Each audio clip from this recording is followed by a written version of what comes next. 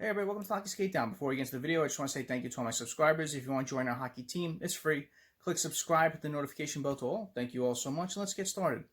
I know a lot of Toronto fans are probably shaking their head right now, probably cursing me out, probably saying this idiot, but you know, there may be more truth behind this than we know. You know, Taylor Hall recently posted something on Instagram showing that he bought a place in Toronto, and he entitled it New Hood. So, of course, Toronto Maple Leaf fans went crazy.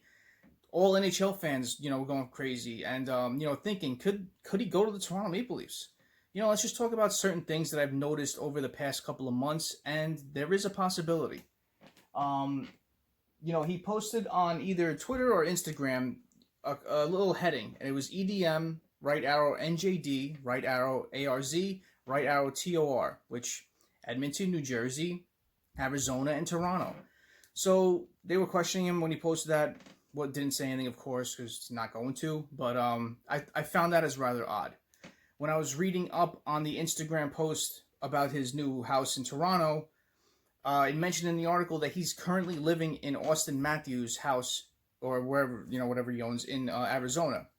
And now he has to buy his own place in, he bought the place in Toronto as Austin Matthews needed that for some sort of reason. Needed to go back. So I found that as odd. There's a connection between Austin Matthews and Taylor Hall. Could Austin Matthews be, you know, talking to him? Listen, buddy, you're a UFA this year. Why don't you come to us? Maybe we can win a cup. I don't know. Possibility. So, you know, his favorite teams are, you know, Toronto Raptors, Toronto Blue Jays. I know it's a stupid reason to bring up, but he likes them as well. So, I don't know. Could this be a possibility? Could he be leaning towards Toronto as a place to come? That top six on those two lines would be lethal. Lethal. And, you know, I know it's going to excite a lot of Toronto Maple Leafs fans, but I know you're also saying, but we don't need offense. We have a plethora of elite talent on, you know, that could score. We need defense. And let's just go over some names later into the video that I could talk about that. Don't look at Pietrangelo. I know a lot of Toronto fans want him. I think he'd be a good fit as well. But don't look at him. There's Torrey Krug out there. Don't look at him. Because they're going to be way out of the price range if you want to bring in Taylor Hall. And my whole point of this is Taylor Hall could sign a one-year deal, not for as much as he wanted, to win a cup. You know, I think he's been through all these teams where he's only been through the playoffs one time with us, with the Devils, and he wants to win. He really does. He's a player that wants to get into the playoffs. He wants to win. He wants to win a Stanley Cup. And could he be at the point of his career where he's been through 4 teams now? 3 teams, my apologies. He's been through 3 teams. Could he say, you know, enough is enough. I want to win a cup. I'll take whatever contract that's feasible for myself and try to win it. And go to a good team in the meantime. And, you know, I think he's going to go to a team that's very close. And I think Toronto is very close. They need to tinker a little bit, but I think they're very close. They have a good core. I think they could do it. So, you know, Leafs, this summer they're expected to have large cap space with Nathan Horton's contract and David Clarkson's contract expiring and players leaving UFA. So that's another good sign. There'll be some money to have to sign these players, to sign a defenseman and Hall if possible. Hall could take a pay cut like I mentioned for a chance at a cup. That's always possible. Toronto could also move out Kapanen and Janssen Kerfoot. That's a lot of salary right there, and those 3 players. A little over $9 million, I'm assuming. And, you know, the thing is that they added a lot of cheaper talent. Not cheap, I'm saying, but salary-wise. They added BARABONOV, who doesn't cost a lot, and could come in and be a solid bottom 6 player. You know, you added, you can add Nick Robertson, can also make the team. You know, he's been showing that he's been producing at a good clip this past year. And if he has a good camp and earns a spot, can he come in on a cheap ELC deal, which is under $1 million? That would help out. Then you add, you know, Clifford has been very open about coming back to Toronto. He's not very expensive. He can come back and fill up that bottom 6. You have Spezza, who came to you guys on a cheap deal last year. He said he would like to do the same and come back as well. So you have a good bottom 6 to complement your top 6.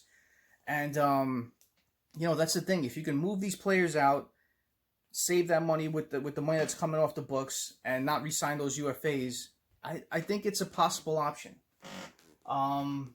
You know, looking at possible defensemen, you have, I know there's a glaring need for a right-handed defenseman, but, you know, there's Vatanen, who's a UFA this year. This year he made 4.875. TJ Brody could be a good service to you guys. I know he's not a right-handed defenseman, but he made 4.65 this year.